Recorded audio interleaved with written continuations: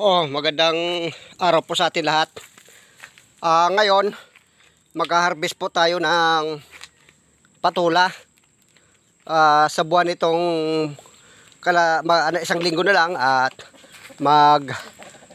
Pebrero na ay maaaring huling harvest na ito.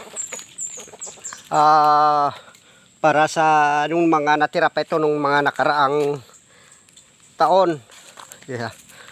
Itinanim ito ng Mayo. Yan. Ang tagtanim kasi ng gulay mga Mayo.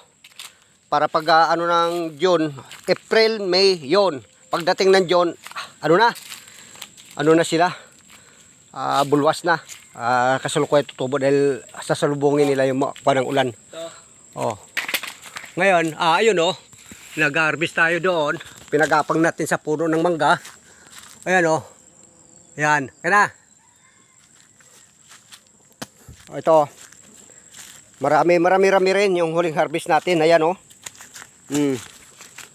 Yan. Yun Ito yung napakabango. Yan. Ito ay miswa lang, sardinas. Talo-talo na sa instant noodles, sa mga noodles. Ihahalo. Wala ito. Yan. Ito napakabango. Ito ay huling harvest nito. Ito ay inaabot na ng tag-init o pagtagtuyo ng lupa. Kaya yung puno papatay na yung puno. Ito naman ay yung tinatawag, patula rin ito. Tinatawag sa Ilocano na kabatete o sa Tagalog. Kabatete. Yan masarap din ito. Pero mas nasarapan talaga ako dito. Dahil napakabango. Pagka niluto mo, amoy pandan. Yun. Ito.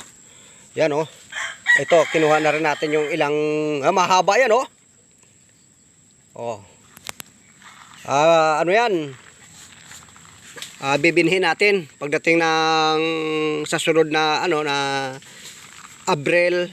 Yun. Unti-unti na natin ito ipupunla. Yun. Ito naman yung ito inano na ng langgam. Napakasarap nito. Sa mga high blood dyan, patula, bulang lang.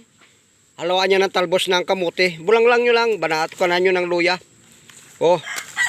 Yan, ang huling harvest. Mahaba. Ito kaya hindi masyado sa umaba. Nakatulad na itong punla na ito. Kasi nga inabot na siya ng Enero. Hindi na nag-uulan. Yung ito. Yan. Ito yung pa. Kaya pag nabinhi natin to, napakahaba nito.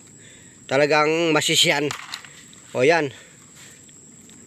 Marami tayong pwedeng option dito. Panlahok sa instant noodles. Sa noodles. Ito. Ito isa mahaba rin ito Ayan Mahaba yan. Mahaba yan. Kaya ipupunla next year sa darating na Abril. Ipupunla yan. Kaya yan ang natin. Mga ka-farmers. Yun. Magtanim tayo. Ayos. Yan ay dadalhin sa trabaho. Para sa pagluto-luto ay napakamahal ng kantin pag doon ka nag-aasa. Isang order na wala magkano. Kaya ito, magluto. Sardinas, miswa. Ito yung kasarapan maliit. Yan Yan. Haluan na pan talbos.